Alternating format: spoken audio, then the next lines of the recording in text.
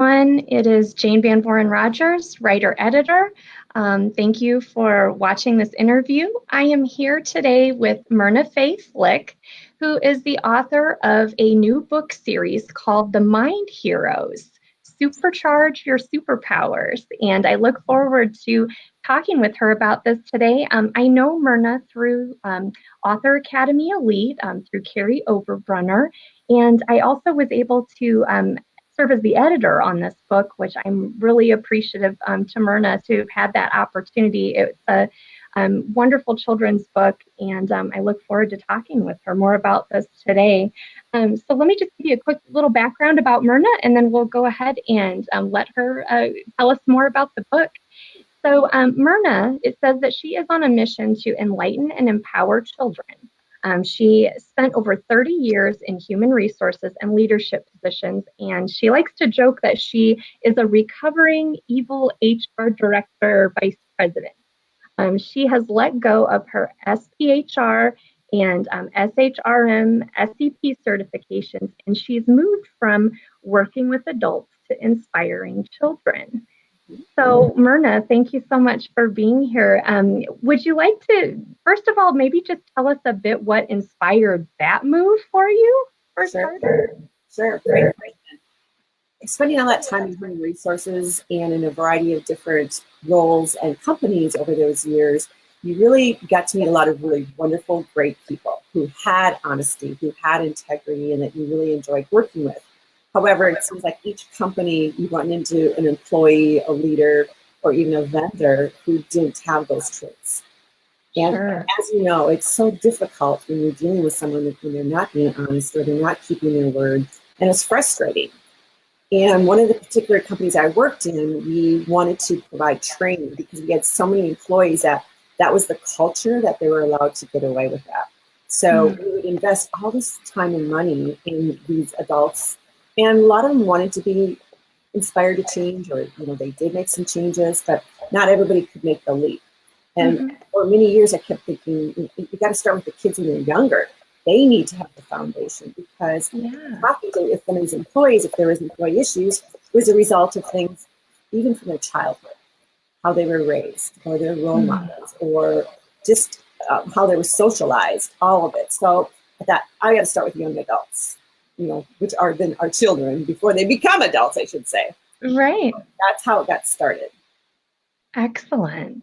Because it sounds like, from your bio, when you talk about the level of the leadership positions that you had, VP of Human Resources for a $1 million subsidiary of a $1 billion publicly held company. I mean, those are some major stats. They're obviously, high level position. And so I think it's very interesting just that you are making a leap, to do something different and something more inspirational. Is there anything in particular that sort of kicked that off for you? There is. I think that because it haunted me, it was always in the back of my mind. When I was a little girl, I loved to daydream and watch the clouds because we didn't have a lot of toys, and so you had to have fun outside. So I always thought of living up there and jumping from cloud to cloud, and I would want to name some of the people. Well, obviously, clouds move and move around the world, so they're not always there. But it was always fun to have that.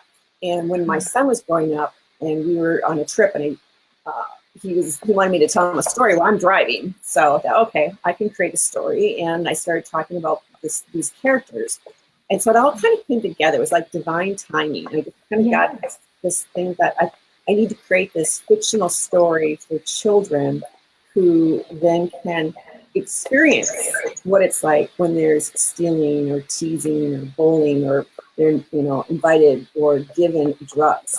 So I'm trying to take modern day issues, help them experience it, help them to see through the story how their little heroine got over it, how she resolved it. So it's really an empowering fictional tale with real life issues. Very nice. And so it sounds like sorry, I'm getting a little echo over here. I'm going to turn my sound down, see if that helps. Okay. So I think it's interesting just to hear that you had the personal experience of watching the clouds and daydreaming, about them as a child.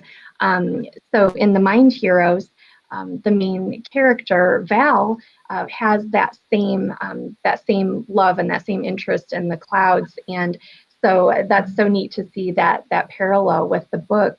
So can you encapsulate for us just sort of overall what the Mind Heroes series is about and what this particular book is about too? Sure. So it is, the primary character is Val, and it's really an acronym for feeling valued, appreciated, and loved, which is what every child wants. They want to have that. They need to have that so that they can grow up and have a happy, fulfilling, successful life.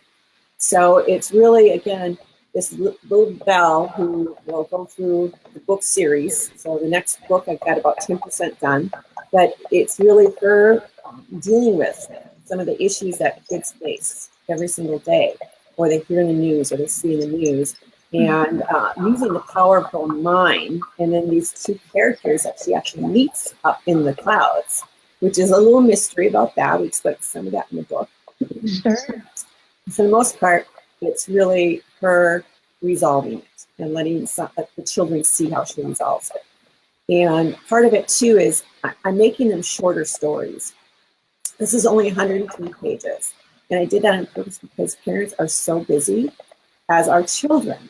The children are distracted by so many other things. They have a lot of options, whether it's student homework or it's sports or music, whatever it is. But then, of course, they have their games and they have TV and they have movies and friends. So there's a lot of distractions. I wanted it to be a fun, quick, interesting story that could be effective for them. And part of what I'm hoping will happen is if the child reads it by themselves, that's wonderful. If not, maybe the adult is checking in on them to see where they're at, because one of the free downloads that I have on the website is this Time to Connect sheet. And in the book, I've got a few of them listed, but on this particular handout, it gives 15 different topics of conversation and the page number. So it's really easy for the parent to start having a dialogue with children about some difficult issues. That sounds great. Well, I think it's really interesting just kind of connecting what you said at the beginning as far as your experience in HR and seeing some of those sort of lacking values and integrity, and then thinking, you're essentially trying to come up with a solution to that of almost like, hey, if we can reach, people when they're younger. And of course, with the valued, appreciated, and loved, I think there's so many adults in this world that, aren't feeling those things either. And again, whether that traces from childhood or current things that are going on in their lives, but it's like if you can set more of a basis for that, is that kind of, again, some of the goal with the book? Yeah, and you get in something too that it just hit me like, not only is this kind of healing and training for the child, it's really healing for an adult who perhaps didn't feel valued, appreciated, and loved, and now they have this child. And they have an opportunity to be a parent or a role model or a grandparent or aunt or uncle, whatever the relationship is.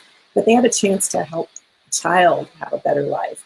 And by that, they're getting their own validation. And they're going to feel a lot more valued, appreciated, and loved from that experience. Sure. No, that's a great point. And as a mom, I can definitely relate to that. I feel like I'm trying to always, try to get on top of my own, issues and weaknesses and things so that I can be a better, not only a better person, but a better example for my kids. So I can really relate to that for sure. So, so with the Mind Heroes, where did that title come from, and sort of how does that connect as far as, is it, a hero in your own mind? Is it utilizing powers of your mind? How would you describe that? It's all the above, because it's really about being able to tap into the power of your own mind and become more empowered, more enlightened by really kind of studying and understanding and learning some of the concepts about what it takes for a person to stand up for themselves and use the power of their own mind. So, for instance, merch by Amazon, I'm putting out t-shirts that say, I am the power. It has a logo. It's like, I am the power. So children will go, you know what? I'm the hero of my own life. No one else is going to do it or be it for me. And so a lot of the traits, there's a lot of superpower traits, obviously, but a lot of it is just the power of your own mind. If they really can embrace the fact that, they can make good choices, they can really do a lot of different things in their life if they understand how to really use their smarts, so to speak, or their experiences, or a book or a story or anything that they might see that could help them feel more powerful and empowered. Right. I love that phrase about being the hero of your own life. And I so relate to that. It's actually a phrase that I used with someone else too, with a friend, saying that of almost like, you have to be the hero of your own life. And of course, trying to tell myself that too. Again, just when going through, some difficult times and things. What sort of advice, I guess, do you have and sort of that comes through in the book as far as ways to be the hero of your own life? Like how do you do that? And that's a great question. I think a lot of it comes from really, it's first of all looking at the situation, listening, figuring out, what are the facts, and then almost discerning, even though that's probably a bigger word for children, but for adults, we get that. It's like, how am I going to use this information to do what's probably emotionally intelligent at the time? So it's really tapping into some of the mindfulness, the ability to control yourself, to think about the choices that you make, and really realize that everything that happens in your life is usually coming from inside of your mind, whether it's something positive or negative. And so the whole premise of the Mind Heroes is be powerful in it. Don't be the victim.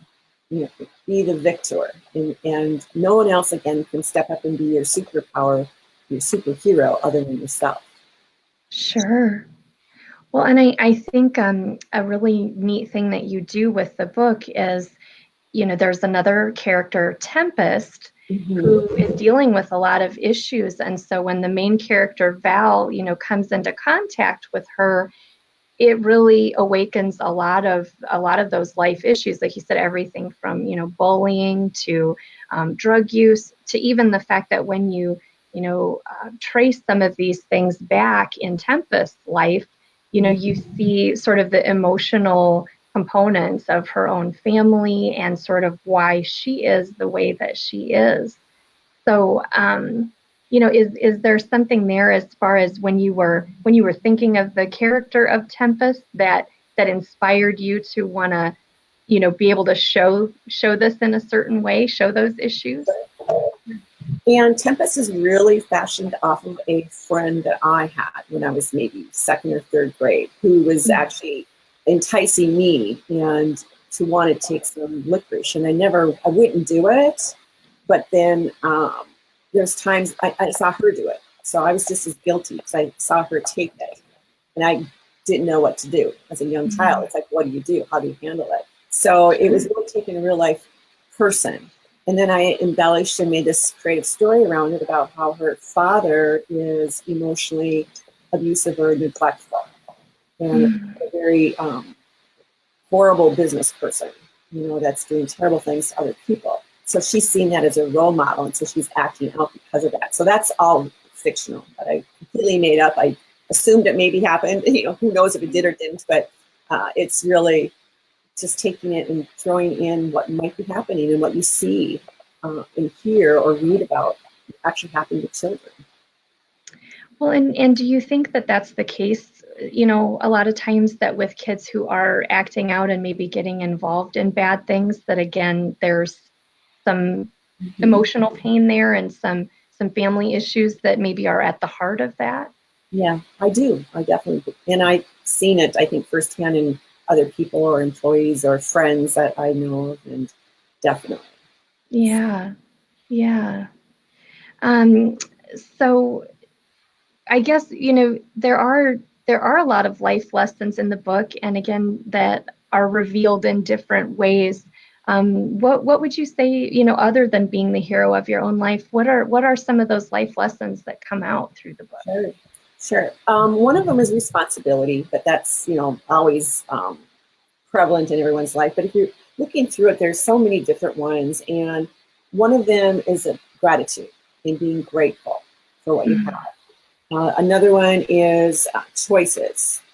And then what I talked about earlier, guilty by association. But the whole idea of that is that the parent or mentor or whoever's reading with the child, they should share what they experienced about that little life lesson. So, when I was growing up, this happened to me. I saw my girlfriends take some licorice and I didn't do anything about it. So I was guilty by association.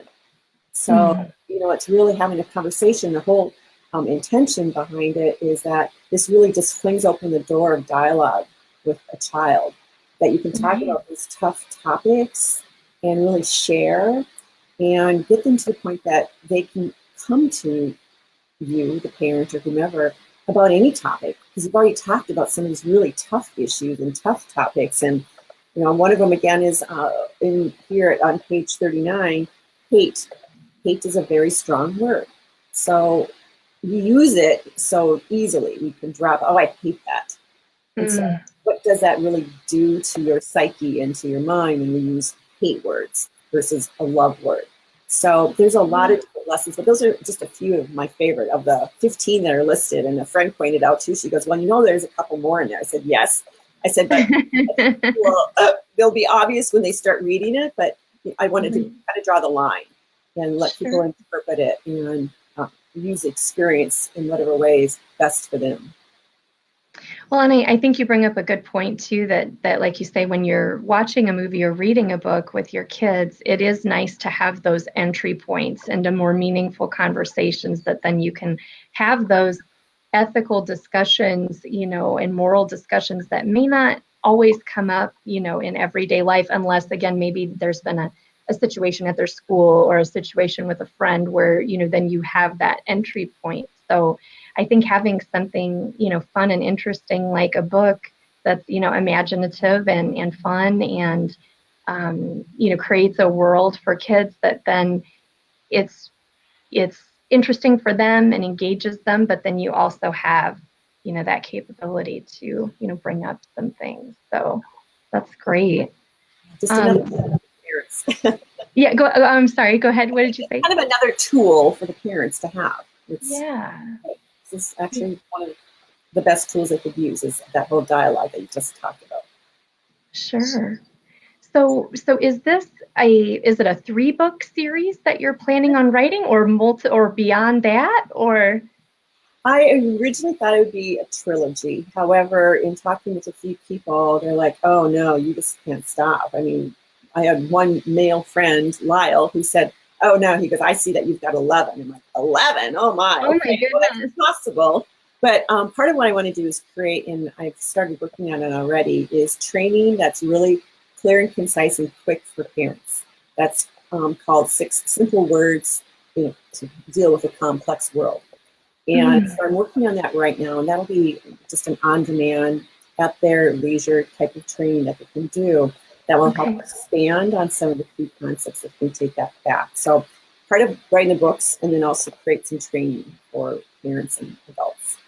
That sounds great. And so it sounds like you're leaving that number of books in the series open, and that you're going to kind of just, I don't blame you there, because like you said, it's sort of hard to commit, I think, one way or another. And if you kind of just go with the flow and sort of see how it develops, then, that might open up your ideas too. But and every day I'm inspired by something. It's like, oh yeah, I could do a story about that. My brain starts going. It's like, oh, that could be the Mind Heroes. And I talked about training for adults. I actually want to create little training skits for kids in schools. And in book 2, I've started to do that with the 3 parts of the brain, and how to for children to understand how the parts of the brain and how the function of each of them.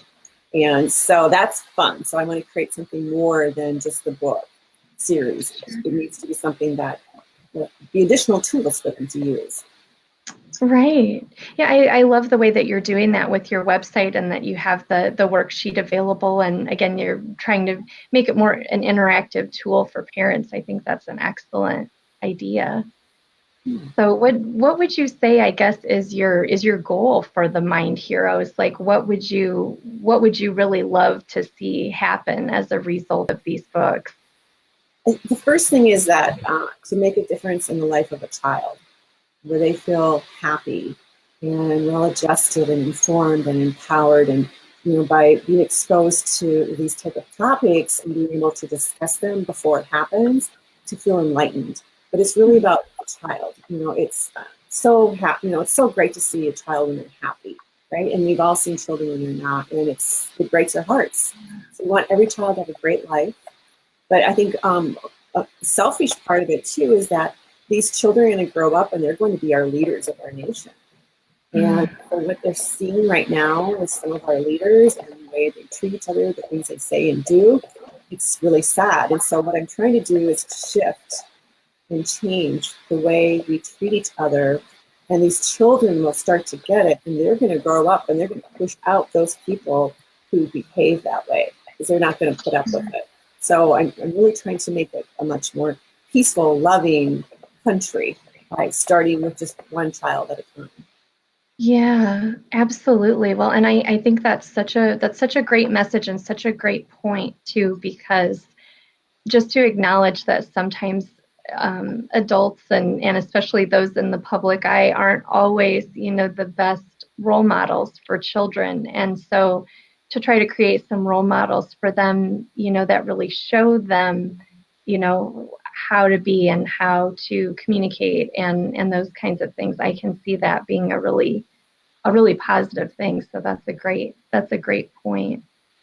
I guess one thing too that I was going to ask is more about like Author Academy Elite. If you wouldn't mind just talking about that a little bit and sort of, how you got into that and sort of what that has meant for you, just to sort of give a little plug to, Carrie Overbrunner and Author Academy Elite that we're both a part of, Igniting Souls Tribe. I feel like whenever I start talking about this, I kind of like toss all the names out because it's like there's so many programs and so many things going on, and I'm not even listing all of them, but I want to try to give people something that is like,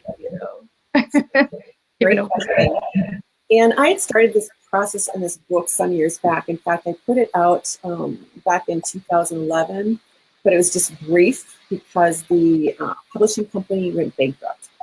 So I always kept taking money out. Well, then I was doing my human resource position, working a ton of hours, pretty successful. And I just thought, I don't have time. And then it kept coming up for me. It's like just every day I'd get messages of some kind that I needed to revive this book and take out the manuscript and update it, because it would be things like home phones, and a lot of people don't have home phones, just updating some of the storylines so it's more relevant for what's going on right now. So I really changed a lot. It's maybe 10-15% of what it initially was. But as far as getting into Author Academy Elite, I was looking to do query letters and trying to find a publisher, and I ran across Harry, some of his books on the internet, and thought, oh my God, this looks really cool. And all of a sudden, Author Academy Elite, and he's really good about promoting that business. And I listened to one of the seminars and then applied, because it is an application process and not everybody gets accepted, but it's such a thorough process, and anyone who's considering it should really do it, because it's like the best training, the best coaches, the best advice. And then we have another element of it called Business Academy Elite that helps with some of the more business parts of it, such as your website and training. And, there's a lot of different things that you can get from them on some of the technology part and the business part and creating your different offerings. So it's just a wonderful group of people with both Business Academy and Author Academy. But then also part of it, what you're in, is the Guild. And the Guild is phenomenal, because us authors can have all these wonderful, great ideas, and we're putting them down as they're coming out of our mind. So we need people like you to be an editor and say, maybe you want to just change this, and maybe this doesn't, quite make sense, or here's a typo, here's missing comma. All the things are really important, but we overlook because we're so close to the story. Right, absolutely. No, thank you for bringing up that point as well. I'm definitely grateful to be a member of the Guild. And I know when I went to the Igniting Souls conference last October, that was just a slam dunk for me where I thought, oh, yeah, I need to do this. I've been doing freelance editing. I'd love to, do more with that. And so I'm very grateful to have that opportunity to join and be able to edit books like yours and John Carrier's and Laura Shortridge and people like that. And again, just to meet all these wonderful people who are wanting to share, meaningful stories, help others, do coaching and speaking, things like that. So it's been a great experience. And it sounds like you had your book well underway, but it still was helpful to have, some assistance with that. Well, and I didn't get serious until I applied because it was just sitting, collecting dust basically, or just on my hard drive of my computer. And when I got accepted, it was January 21st because it was my parents' 62nd wedding anniversary. So it's like, Oh, nice. so I remember the day very well. And that's when I thought, okay, I'm ready. I'm not going to work for corporate America anymore. I'm going to commit to this full time. I took out an SBA loan to pay some expenses. It's like, okay, I'm committed. I'm doing this full time, and I'm Wow. even if I help one child, I will be thrilled because we Oh my need goodness. to have happy lives and well-adjusted children and become great leaders of our nation. Yeah, no, that's wonderful. I don't think I realized, Myrna, that you made that leap into doing this full time. I don't know if I realized that that's a part of, a part of this too, and a part of what, AAE and Author Academy Elite and Igniting Souls helped you to do. So that's awesome. Yeah, without their discipline and their training and their weekly calls, or actually there's bi-weekly calls, and another third one with Business Academy. So there's a lot of coaching, a lot of interaction, and it just kept me on track, and that's what I needed. Yeah. I can relate to that, and I think some of what I've been doing is, hoping that I'm of course loving helping other authors, polish their work and get it out there, and that's a big part of my mission. I guess I'm hoping in time too that I'm going to get back to, the books that I want to write too, and I think this is almost kind of a training ground for me too, to see kind of like, okay, here's sort of what it takes. Here's, what other folks are doing, get inspired by that, do some service and help them, and then be like, okay, now I got to get back to my own stuff too that I'd like to do and help push that forward. Again, I think it's just so inspiring when you see other people who are really doing it and making it happen and writing their book, getting it published, getting it out there, and then for you to take that additional leap on top of that, to just say, I want to do this full time. Like, how would you say that that's going for you so far with very well. I use a lot of my personal money, although I set up an LLC and I'll work out the logistics of that. But it is going well. It's, there's days that are scary. You're like, what am I doing? I could be making really good money and it's a for sure thing and contributing, but I feel very compelled to really get the mind heroes out. It's like needed. I couldn't find anything really like it when you're supposed to do competitive analysis. mm-hmm. I couldn't find anything that is a fiction. There's a lot of nonfiction, great tools. There's excellent tools out there. And there are some other little books, but they're geared to younger kids. This is really 8 to 12-year-olds.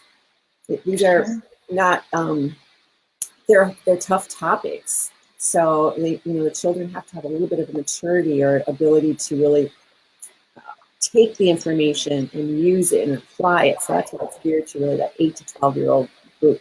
Well, a lot of the other books are like younger children, and there's some great ones. I could start rattling off all kinds of authors and titles, but this is just one more title, one more book that will really help that age group, the 8 to 12-year-olds.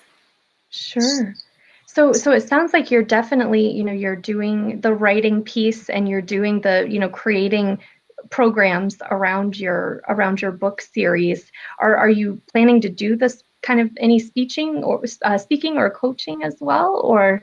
I definitely could, and that was a big part of my HR career, and especially developing training materials. So it's kind of fun, but technology's changing all the time. So yes, although you kind of get inspired by what's happening in your life, and around you. So, some days I will work on my training, and some days I'm working on the second book. So you know how it is. It's whatever's inspiring and moving you at the moment. So I have that luxury that I can work 7/24, 365, but oh, wait a second. I did that with my other career, that. So, but I can work anytime. So that's the beauty of it, is if I wake up at 4:00, it's like, oh, okay, I got to go type that out. I got to work on that. Or, you just can set your schedule, but I still find myself working probably 40, 50 hours a week, just because it's not even work. I shouldn't say it's work. It's like I'm creating, and I feel like I'm doing something bigger than just working or writing a book. Wow. Well, that's phenomenal, and that's definitely inspiring to me. I would love to be at that point as well, and I look forward to that someday. So that's wonderful just to hear that you're able to use your creativity like that and devote such time to it. I think that's just fabulous. And again, I think it's really freeing for people too, especially when they've been in more demanding careers like, like yourself that you'd been in the past. So it sounds too like, would you say it's kind of a night and day difference as far as when you had your corporate job and working those kinds of hours versus doing something like you're doing now and working those kinds of hours? Yeah, somewhat, because that was training, that was work. And when my phone rang at 11 o'clock at night and I had to deal with an employee issue of someone on a job site in the state, yeah, that was hard, because it was disruptive for my family and it was disruptive for me. So it was like it was a different stress. Where now this is not even really a stress, although there is, because it's like, oh my gosh, I quit my job, I took out a loan, and now I need to create this business. So there's a different kind of stress, but yet, I feel like I am, like I said, you said at the beginning too, I'm on a mission, and I feel like I'm on that mission. And yes, I have some low points, but I push that out of my mind and like, okay, I'm teaching the mind heroes. So I am not going to have that negative thought in my mind. I'm going to have a positive thought. But this is the right thing to do, and keep pushing forward. Right. No, that sounds awesome. Good for you. That's really fantastic. So with the launch of the Mind Heroes book, is that on Amazon right now, or is it launching soon? Yes, in fact, just yesterday, I had invited some friends and family to go and purchase it. But even before that, I started doing little snaggets yesterday, and I actually have the proof. I snagged it from Amazon. I was #1 new release in 3 categories. Oh my goodness. Yes, yesterday. So I snagged those and kept those graphics. I've been sharing it on Myrna Fay Flick, the business fan page. And so the first one was peer pressure, and the second category was drug-related issues, and the third one was classics. I'm like, oh, I wonder how Amazon does that. I need to go find that out, because I don't know how they all do that. But then at some point too, my book was #5 in one of the categories, and up to 25,000 on overall books. Oh wow. That was yesterday. My launch is on Wednesday. So, oh my goodness. Yeah, so it's all very exciting. So definitely on Amazon, and then wherever books are sold. So Sure. I know it's on Barnes and Noble for sure. The ebook was, and I think that the softcover everything should kind of float through Ingram out for distribution here very quickly. Oh, that sounds fantastic. And that has to be encouraging, just seeing those #1 ratings in a few categories. I mean, not even just, I thought it was just the one category, but a few categories. Yes. It's like, that is phenomenal. Yeah, it's just, it blows my mind. So it's like, okay, hopefully that translates into success so I can keep doing this, and I will. I'm very committed to it, and I still have loan money left. So I'll be working as much as I can. And I could also see it being the kind of thing where, again, once the word gets out, I could see you, getting some requests to go and do, some workshops with, children's groups and things like that. I could definitely foresee something like that. Yeah, and when I set up the LLC, I also have the intention that someday I'll have a team. So I want to have a team of people to help this, because it's just not me doing it. It's really all of us. It's anyone who embraces the book or the concepts, or a parent, or whomever is going to read it with a child. It's all of us together, but it's not just me. And right now it's just me, but at some point I want to have a team. And I've got all kinds of great ideas to have that happen. Yeah, no, that sounds great. That sounds great. So, is there anything else that you'd like to add that I didn't ask about? Anything you'd like to clarify? Promoting your site again, things like that? No, the website has just a couple things left to go on it. Otherwise, it's done. It's themindheroes.com or Okay. myrnafayflick.com, either one. And I think that the big thing is to leave it this is that this is just the tip of the iceberg for the Mind Heroes. Because, I took a few concepts that I'm trying to help children understand, but there's so much more. There's just so much more. So I know it's the tip of the iceberg for the series and for the whole movement. And I really believe it is a movement that we're going to shift these children from seeing these horrible role models to role models that have honesty and integrity and good values and virtues. That's awesome. Well, I appreciate your passion for the subject and your inspiration, and I appreciate you taking time out of your day to come and talk about this. And I wish you so much success with the book and the series, and I hope to be able to work on more of your books too, as far as the editing goes. So keep me in mind. But so yeah, I will post the I'll post the Amazon link and add that as a comment, to this link too, so that it's easy for folks to find the book. But so it's called The Mind Heroes, Book 1, Supercharge Your Superpowers, and it's by Myrna Fay Flick. You can find out more about Myrna at myrnafayflick.com, or as she said, at themindheroes.com. Thank you, Jane. And again, thank you for doing such a great job at editing. Oh, well, you're so welcome. It was such a pleasure to work on the book. It's a great story, and I really hope that it gets out there and stays at the top of those lists. That would be awesome. Yes, and that children actually get to read it. That's my goal. That they get to have a chance to read the books. Awesome. Well, thank you so much again, Myrna. I really appreciate it. Thanks for being here, and we'll see y'all next time. Have a great day. Thanks. Thanks, everyone. Bye. Bye.